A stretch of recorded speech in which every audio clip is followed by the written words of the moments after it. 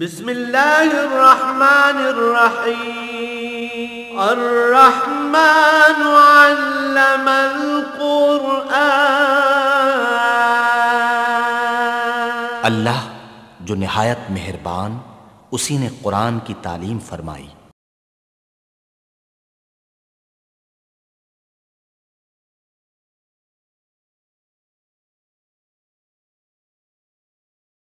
الحمد للہ رب العالمین والصلاة والسلام علی حبیبہ محمد وآلہ وصحبہ اجمعین۔ اعوذ باللہ من الشیطان الرجیم، بسم اللہ الرحمن الرحیم۔ تلک آیات اللہ نتلوہا علیک بالحق وما اللہ یرید ظلما للعالمین وللہ ما فی السماوات وما فی الارض وإلی اللہ ترجع الامور۔ کنتم خیر امت اخرجت للناس تأمرون بالمعروف وتنہون عن المنکر وتؤمنون باللہ ولو آمن اہل الکتاب لکان خیرا لہم منہم المؤمنون واکثرهم الفاسقون۔ لن یضروکم الا اذى وان یقاتلوکم یولوکم الادبار ثم لا ینصرون۔ اللہم سبحانک لا علم لنا الا ما علمتنا انک انت العلیم الحکیم۔ مولا یا صلی وسلم دائما ابدا علی حبیبک من زانت بہ السرور۔ تلک آیات الکتاب نتلوہا علیک بالحق۔ یہ قرآن کی آیات جو ہیں، اللہ کی کتاب کی جو آیات ہیں، آپ پر حق کے ساتھ تلاوت کی جاتی ہے۔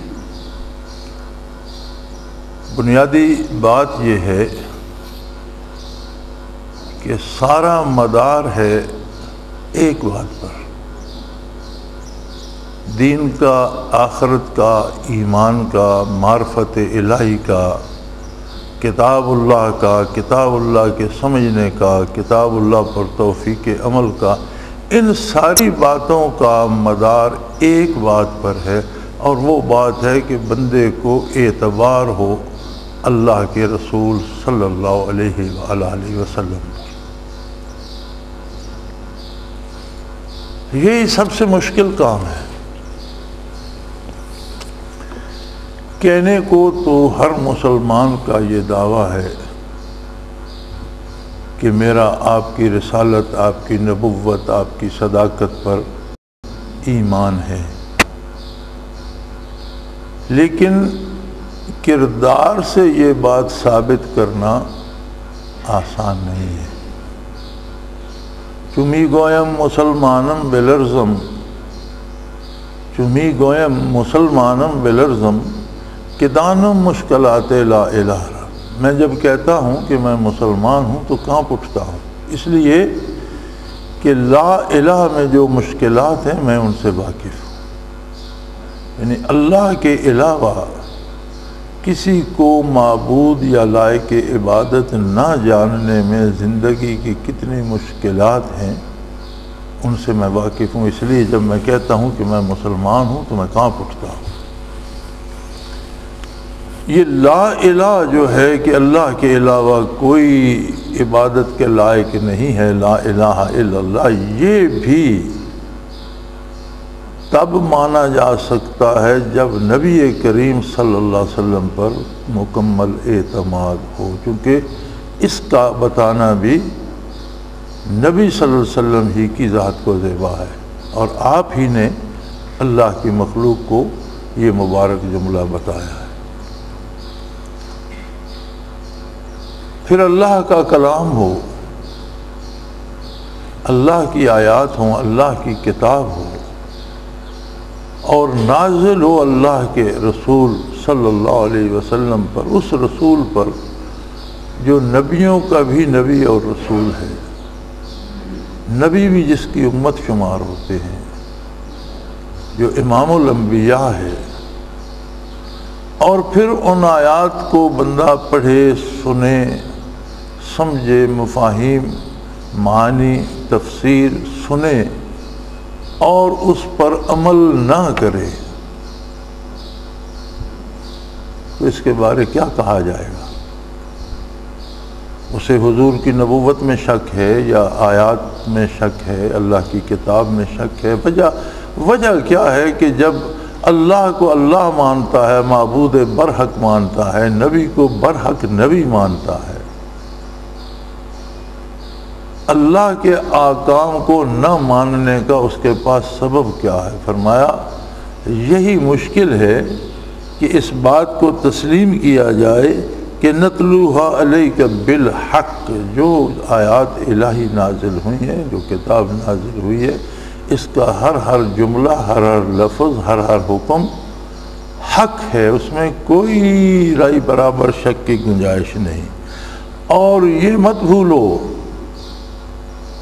کہ اللہ نے نبی مبعوث فرما کر، کتابیں نازل فرما کر مخلوق کو اپنے غضب سے بچایا ہے، وہ مخلوق پر زیادتی نہیں کرنا چاہتا۔ یہ جو ہمارا ایک تاثر ہے کہ دین ہمارے گلے مصیبت پڑ گئی ہے، نماز ہمیں بوجھ لگتی ہے، زکوٰۃ دینے سے ہم گھبراتے ہیں، رزق کہیں سے مل رہا ہو تو اس میں حلال حرام کی تمیز سے ہم گھبراتے ہیں کہ یہ کیا مصیبت ہے، پیسے مل رہے ہیں، اب اس میں حرام کہاں سے آ گیا اور یہ پابندی کیسی ہے؟ تو ہم یہ سمجھتے ہیں کہ یار یہ تو کلمہ کیا پڑھ لیا، ہم پر تو ایک مصیبت آ گئی۔ فرمایا یہ مصیبت نہیں ہے، بلکہ یہ بہت بڑی مصیبت سے بچانے کا سبب ہے۔ انسانی زندگی جو ہے یہ ایک آزمائشی دور ہے اس کا۔ جب دنیا میں آتا ہے، مکلف ہوتا ہے، تو مکلف ہونے سے لے کر مرنے تک، جب اس کے حواس جب تک سلامت رہتے ہیں، تو اس کے کردار سے صرف یہ جانچا جائے گا، وہ اپنے عمل سے ثابت کرے گا کہ وہ اللہ کو واحد لا شریک مانتا ہے اور اس کی عبادت کرتا ہے۔ عبادت صرف نماز روزہ نہیں ہے، عبادت سے مراد غیر مشروط اطاعت ہے۔ نماز روزہ بھی عبادت کا ایک بہترین حصہ ہے، لیکن زندگی کا ہر عمل یا عبادت ہے یا ترک عبادت ہے۔ جو کام بھی آپ اللہ اور اللہ کے رسول کے حکم کے مطابق کریں گے، اس کا کرنا عبادت ہے، روزی کا کمانا عبادت ہے، بال بچے پالنا عبادت ہے۔ نبی علیہ الصلوۃ والسلام نے فرمایا کہ مومن جب اپنے اہل و عیال کو کھلاتا ہے تو اس کی طرف سے صدقہ شمار ہوتا ہے، اسے ثواب ملتا ہے۔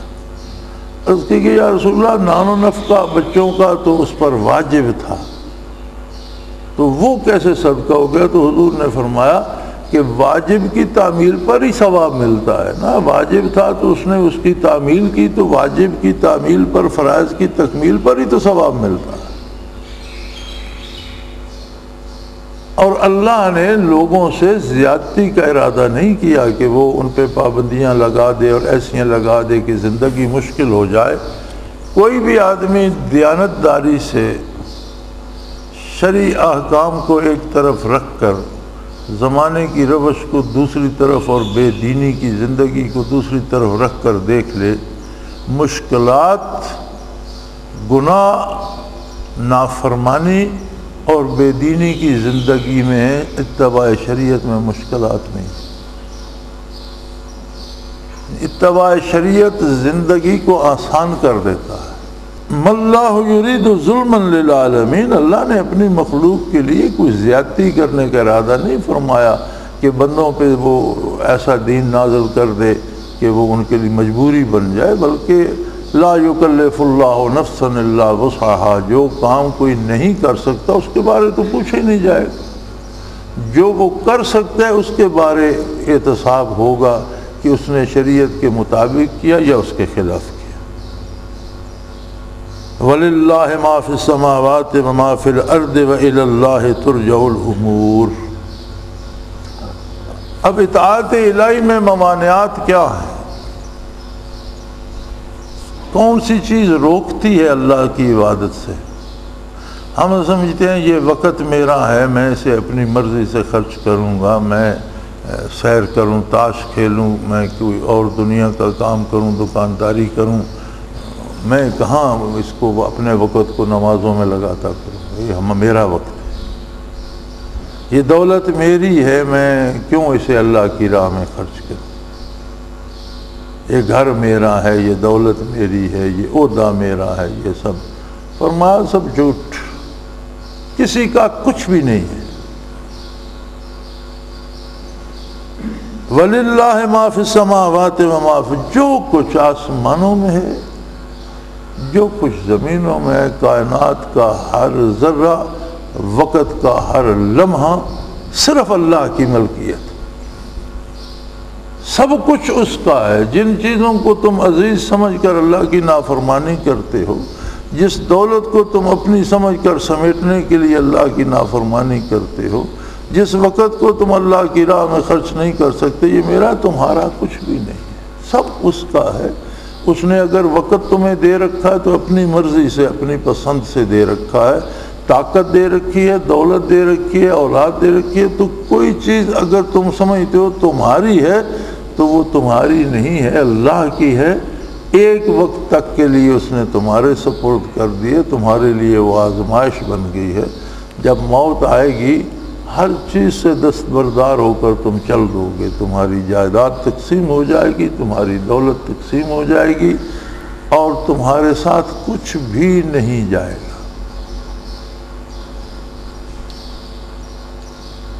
وَإِلَى اللَّهِ تُرْجَعُ الْأُمُورُ، اور بات یہاں ختم نہیں ہو جاتی۔ اگر یہی دنیاوی زندگی ہوتی اور یہاں بات ختم ہو جاتی تو پھر تو وہ فائدے میں رہے جنہوں نے موج میلہ کر لیا، لیکن بات یہاں ختم نہیں ہوتی۔ ہر چیز، ہر کام کو واپس اس کی بارگاہ میں پیش ہونا ہے، اور ہر کام کو پرکھا جائے گا، اس کا جائزہ لیا جائے گا کہ کہاں حق ہے اور کتنا باطل ہے۔ ہر چیز اس کی بارگاہ میں پیش ہوگی۔ اور رہے اے مسلمانوں تم، فرمایا تم سے پہلے بہت سی امتیں گزری ہیں، بہت سے انبیاء گزرے، بہت سے رسول گزرے، بے شمار قومیں اس منصع شہود پر آئیں اور اپنا وقت گزار کر چلی گئیں، لیکن تم لوگ جو ہو جنہیں امت محمد الرسول اللہ صلی اللہ علیہ وسلم ہونے کا شرف حاصل ہے، کن تم خیر امہ، تم سب سے بہترین امت۔ جتنی قومیں تم سے پہلے گزر چکی ہیں اس میں انبیاء، رسل، اولو العزم رسول، صاحب کتاب آئے اور دنیا سے تشریف لے کے قوموں کا عروج و زوال ہوا، اقتدار میں بھی آئیں، اقتدار سے بھی۔ جتنی قومیں گزر چکی ہیں ان سب میں بہترین امت تم ہو، اور تمہاری بہتری کا ایک بہت بڑا سبب یہ ہے اخرجت للناس، کہ تمہارے زندگی جو ہے وہ اولاد آدم کی بہتری کے لیے، تم اپنے لیے نہیں جیتے، تم صرف بچے پالنے کے لیے نہیں زندہ رہتے، تم صرف مکان بنانے کے لیے نہیں ہو، تم صرف ملازمت کرنے کے لیے نہیں ہو، تم صرف دولت کمانے کے لیے نہیں ہو، بلکہ اللہ نے تمہیں جو یہ شرف بخشا ہے کہ تم دامان محمد الرسول اللہ علیہ وسلم سے وابستہ ہو، تو اس شرف کی وجہ سے تم باعث ہو ساری انسانیت کی بقا۔ مولانا احمد علی لاہوری رحمۃ اللہ تعالی علیہ اپنے وقت کے ممتاز علماء میں سے تھے، اور اپنے وقت کے ممتاز اولیاء اللہ میں سے تھے، صاحب منصب ولی تھے، اور اپنے زمانے میں کتب ارشاد کی مسند پہ فائز تھے۔ اقطاب دنیا میں 4 ہوتے ہیں، روئے زمین پر ساری انسانیت میں بسنے والے 4 بندوں میں سے ایک ہونا معمولی بات نہیں ہے۔ 6 ارب کی آبادی میں، 600 کروڑ کی آبادی میں 4 بندے ممتاز ہوں، ان 4 میں سے ایک ہونا معمولی بات نہیں ہے۔ یہ منصب تھا بحمد اللہ مولانا احمد علی لاہوری رحمۃ اللہ علیہ کے پاس۔ وہ فرمایا کرتے تھے، ان کی تقاریر اب بھی خدام الدین جو ان کا رسالہ تھا اگر ملے تو اس میں ہوں گی، فرماتے تھے کہ اے لاہوریو،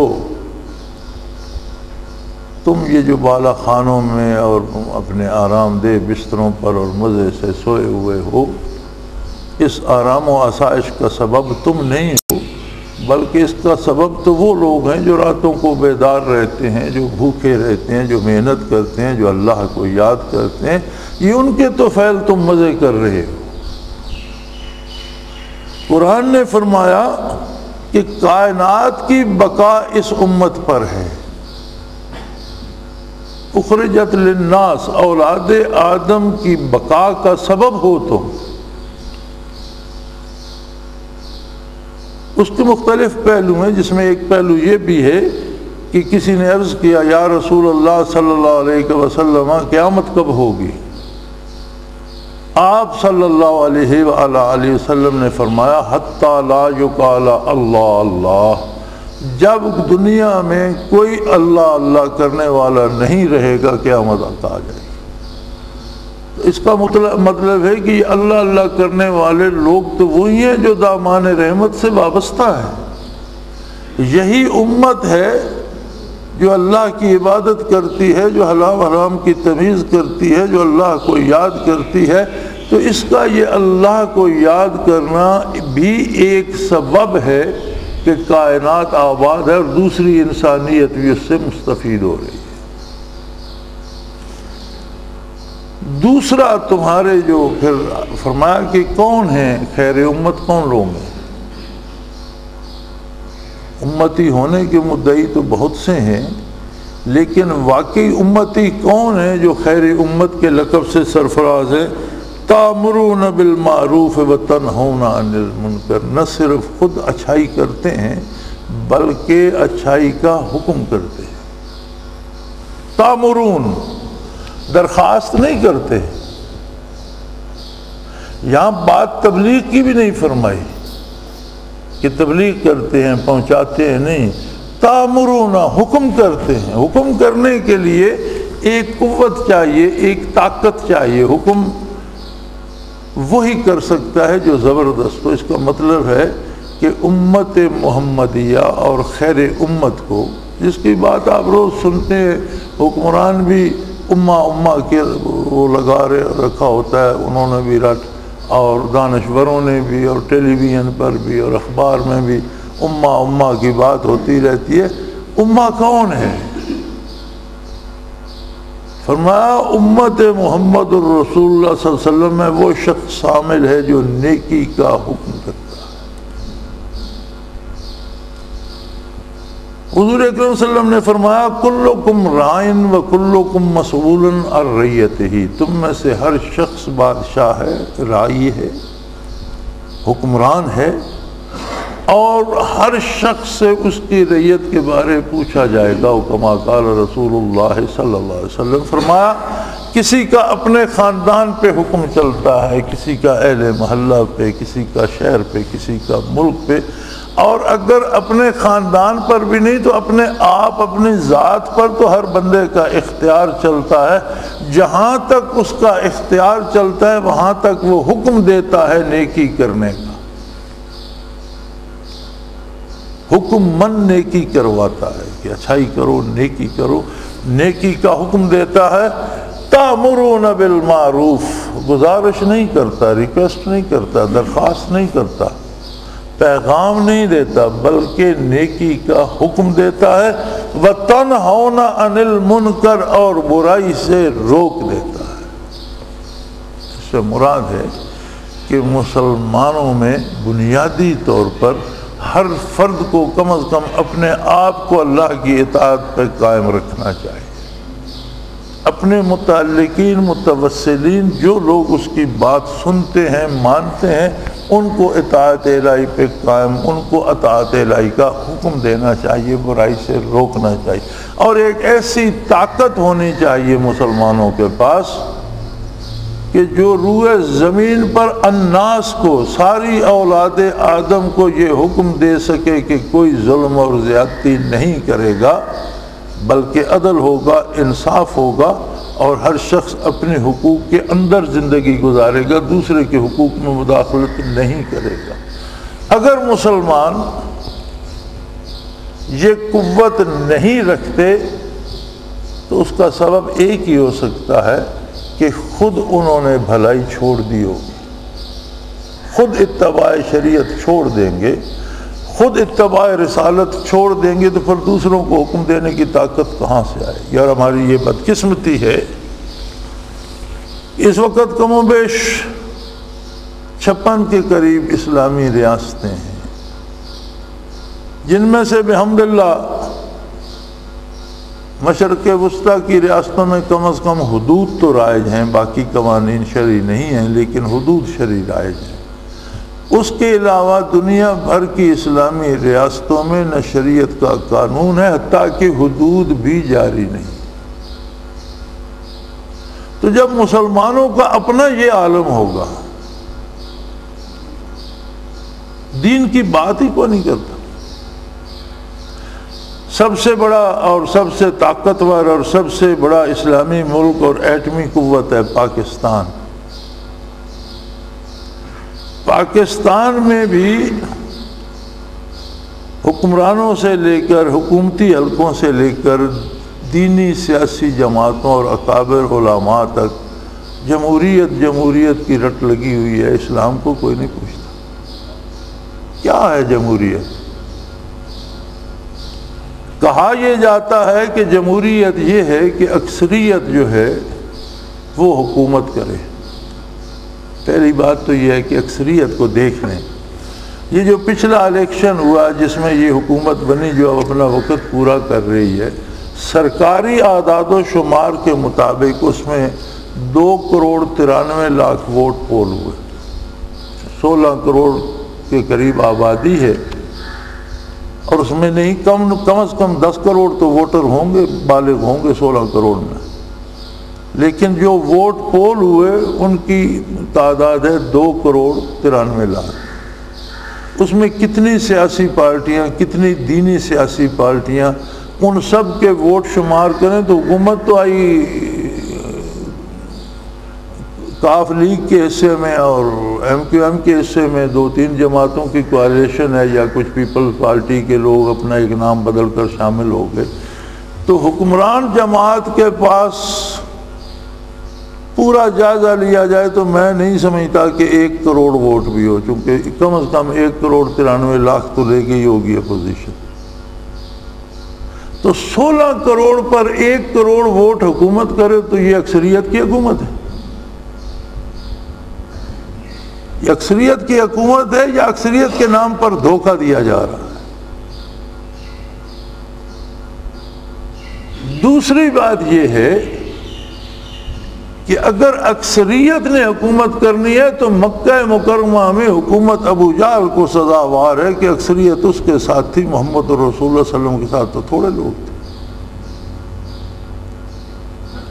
اسلامی ریاست جب مدینہ منورہ میں بن رہی تھی تو جزیرہ نما عرب میں ووٹ کرا کے دیکھیں کہ حضور کے خلاف ووٹ کتنے اور حضور کے ساتھ کتنے، تو یہ تو 3,000 گھروں کا ایک گاؤں تھا چھوٹا سا جسے مدینہ الرسول کہتے تھے۔ مدینہ منورہ کے بھی کئی گاؤں تھے جو یہودیوں کے تھے، کچھ نصارہ کے تھے۔ خود مدینہ منورہ سارا صرف مدینہ النبی نہ ہو، مدینہ النبی تو وہ تھا جس میں خالص مسلمان تھے صلی اللہ علیہ وسلم۔ تو اگر یہود و نصارہ کی بستیاں بھی ساتھ شامل کر کے مدینہ منورہ بھی ووٹ کرائیں تو اکثریت حضور کے خلاف چلی جائے گی۔ یہ کون سی جمہوریت ہے؟ حکومت انسانوں کو گن کر نہیں دی جاتی، حکومت اہلیت کی بنیاد پہ دی جاتی۔ اور اکثریت یا جمہوریت کا لفظ اسلام نے دیا۔ اسلام سے پہلے کہاں تھا جمہور کا لفظ؟ صرف شہنشاہیت تھی اور جمہور صرف مار کھاتے تھے۔ اسلام نے دیا، اور اسلام نے جمہور کو یہ حق دیا کہ جس فیصلے پہ جمہور متفق ہو جائیں وہ اللہ کا فیصلہ ہے، وہ دین کا فیصلہ ہے۔ لیکن جمہور کون ہے؟ اب آپ دینی مسائل میں بھی پڑھتے ہیں کہ یہ جو رائے ہے یہ جمہور کی رائے ہے۔ جمہور کون ہے؟ جاہل، ان پڑھ، بدکار، شرابی، چور و چکوں کی اکثریت. جس شعبے کی بات ہو، اگر فقہ کی بات ہے تو فقہا کی اکثریت جس بات پہ متفق ہو جائے یہ ہوگا جمہور کا اتفاق. تفسیر کی بات ہے تو مفسرین کرام کی اکثریت جس بات پہ متفق ہو جائے یہ ہوگا جمہور کا فیصلہ، اور یہ جمہوری فیصلہ ہوگا. سیاست کی بات ہے تو سیاسی ماہرین جس رائے پہ متفق ہو جائیں وہ ہوگی جمہوری رائے. نہ یہ کہ الف بے جیم ہر جاہل، ناکار، بدکار، چور و چکا وہ اکٹھے کر کے جس طرف تعداد زیادہ ہو جائے وہ جمہور بن جائے اور جمہوریت بن جائے. یہ سراسر دین کے خلاف ہے. اب اس پہ کوئی راضی ہوتا ہے یا ناراض، اللہ ناراض نہ ہو، اللہ کا حبیب ناراض نہ ہو، باقی جسے ناراض ہو کر دیکھنا ہو جائے، کوئی فرق نہیں پڑتا. کیونکہ یہ تو اللہ کی بات ہے اور دین کی بات ہے، اور یہ منبر رسول ہے اور مسجد ہے، اللہ کا گھر ہے اور سامنے اللہ کی کتاب ہے. یہاں تو کوئی ہیرا پھیری کی بات نہیں، یہاں تو کھری بات ہے. تو یہ جتنا دینی سیاسی جماعتیں بھی جمہوریت الاپ رہی ہیں یہ دین کے خلاف جا رہی ہیں اپنے مفادات کے لیے، اپنے ذاتی فائدے کے لیے. میں نہیں سمجھتا کہ ان میں جو علماء ہیں وہ مجھ سے کم پڑھے لکھے ہیں، وہ مجھ سے زیادہ پڑھے لکھے ہیں اور ان باتوں کو سمجھتے اور جانتے ہیں. اقتدار کے لالچ نے، عہدوں کے لالچ نے اور دولت کے لالچ نے نگاہیں بدل دی ہیں اور کچھ کا کچھ نظر آ رہا ہے. اور چونکہ امریکہ جمہوریت کہتا ہے، برطانیہ جمہوریت کہتا ہے، عیسائی اور یہودی ریاستیں جمہوریت کہتی ہیں، اب یہ کہتے ہیں جی ہم کیا اسلام کہیں تو یہ سارے ہمارے خلاف ہو جائیں گے. تو وہ تو نماز روزے سے بھی خلاف ہیں، وہ تو کلمہ پڑھنے سے بھی خلاف ہیں. پھر انہیں راضی کرنا ہے تو سب کچھ چھوڑ دو، وہ تم سے راضی ہو جائیں گے. تو فرمایا امتی وہ ہے جو جہاں تک اس کا بس چلتا ہے نیکی کا حکم کرے اور برائی سے روکے، اور یہ سارا کام صرف اللہ کی رضا کے لیے کرے، اس کی اجرت نہ لے. تؤمنون باللہ، یہ سارا مجاہدہ اس لیے کرے کہ اس کا اللہ پر یقین ہے، ایمان ہے. روزی معروف طریقے سے کمائے. یہ نہیں کہ کوئی تقریر کی ہے اب میں بیان کر رہا ہوں تو اس کے بدلے پیسے لے کر کھاؤں تو میں بیان کیا خاک کروں گا. پھر تو جو پیسے دیں گے مجھے ان کی پسند کا لحاظ کرنا پڑے گا کہ میری تقریر میں کوئی ایسا لفظ نہ آ جائے کہ یہ پیسے دینے والے روٹھ جائیں یا پیسے ہی نہ دیں. کتاب لکھوں گا تو اگر اس سے ذاتی مفاد مطلوب ہے تو پھر یہ لحاظ کرنا پڑے گا کہ جو خریدیں گے ان کے مرضی کی بات ہونی چاہیے. یہ کیسٹیں بنتی ہیں، اس سے مجھے ذاتی دولت ملتی ہو تو پھر مجھے یہ سوچنا پڑے گا کہ ایسی سی ڈی اور کیسٹ بنے کہ لینے والے خوش ہوں. الحمدللہ روزی مزدوری کر کے کھاتے ہیں اور یہ اللہ کریم کا احسان ہے کہ دین کے بتانے پر اللہ نے اجرت لینے سے محفوظ رکھا ہے. نہ کسی کتاب کی رائلٹی لی ہے، نہ کسی تقریر کی قیمت لی ہے، نہ کسی سی ڈی اور کیسٹ، اور یہ اس کا احسان ہے. اور دین کا کام ہو اس طرح سکتا ہے کہ جب آپ کا اللہ پر ایمان ہو. رازق وہ ہے، روزی وہ دے گا، اور حصول رزق کے لیے معروف ذرائع اختیار کیے جانے چاہیے. حصول رزق حلال فرض عین ہے. ہاتھ پہ ہاتھ رکھ کے بیٹھ رہنا نہیں، بلکہ روزی کو حاصل کرنے کے لیے کوشش کرنا یہ فرض عین ہے. جس طرح نماز فرض عین ہے، روزہ فرض عین ہے، اسی طرح حلال رزق کا پیدا کرنا فرائض میں سے ہے. اور معروف ذرائع ہیں، مزدوری ہے، کھیتی باڑی ہے، تجارت ہے اور ملازمت ہے. یہ 4 معروف ذرائع ہیں حصول رزق کے. اس کے علاوہ باقی معروف ذرائع حلال ذرائع نہیں ہیں، ناجائز ذرائع ہیں. رشوت لینا، چوری کرنا، جھوٹ بول کے پیسے لے لینا، دین بیچنا اور دین بیچ کر پیسے لے لینا، فتویٰ فروشی کرنا، یہ سارے ناجائز ذرائع ہیں.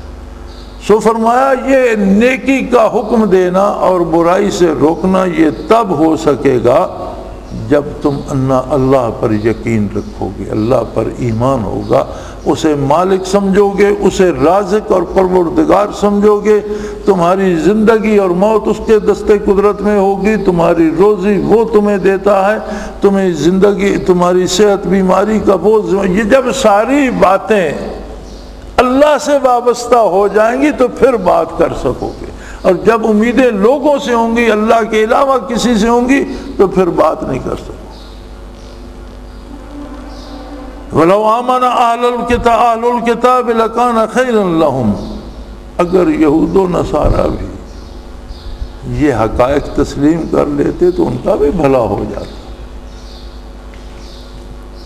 منہم المؤمنون، ان میں بھی ایسے خوش نصیب تھے جنہیں ایمان نصیب ہوا، وَأَكْثَرُهُمُ الْفَاسِقُونَ، لیکن ان کی اکثریت برائی پہ متفق ہے۔ وآخر دعوانا ان الحمد للہ رب العالمین۔ اللہ اللہ اللہ اللہ اللہ اللہ اللہ اللہ۔ حضرت امیر محمد اکرم آوان مد ظلہ العالی دارالعرفان منارہ ضلع چکوال میں سالہ سال سے قرآن و حدیث کے اوپر خطابات کر رہے ہیں اور سلسلہ نقشبندیہ اویسیہ کے مطابق لوگوں کو ذکر الہی کی تربیت دے رہے ہیں۔ وہ قرآن پاک کی تفسیر ترتیب وار بیان کر رہے ہیں۔ تفسیر قرآن کو وہ موجودہ ملکی اور بین الاقوامی حالات کے مطابق بیان کرتے ہیں۔ موٹر وے سے کلر کہار کے انٹرچینج سے نکلتے ہوئے، کلر کہار کی جھیل سے ہوتے ہوئے، میانی، بوچھال اور نورپور سے گزرتے ہوئے دارالعرفان منارہ پہنچ سکتے ہیں۔ حضرت امیر محمد اکرم آوان نے بچیوں اور بچوں کی دینی اور دنیاوی تعلیم کے لیے سقارہ اکیڈمی کے نام سے ایک درسگاہ بھی قائم کی ہے، جس کا افتتاح ملک پاکستان کے صدر جنرل محمد ضیاء الحق نے اپنے دست مبارک سے کیا تھا۔ وہ تمام احباب جو اسلام کی طلب رکھتے ہیں ان سے گزارش ہے کہ دارالعرفان منارہ ضلع چکوال میں امیر محمد اکرم آوان صاحب کے خطابات سے مستفید ہوں۔ وہ ہر جمعے کو نماز سے پہلے بیان فرماتے ہیں۔ ہر ماہ کی پہلی اتوار کو ماہانہ اجتماع ہوتا ہے جس میں آپ خصوصی خطاب فرماتے ہیں اور پاکستان کے چاروں صوبوں سے احباب اس اجتماع میں شرکت کرتے ہیں۔ اس کے علاوہ یہاں سال میں 2 مرکزی اجتماعات بھی ہوتے ہیں، ایک رمضان المبارک میں اعتکاف کا اجتماع اور دوسرا جولائی اور اگست میں 40 دن کا اجتماع ہوتا ہے جس میں روحانی تربیت کی جاتی ہے۔ اپنا خون سیماب دے کر اتنا ہم کر جائیں گے، نام آقا کا چمن میں پھر رقم کر جائیں گے۔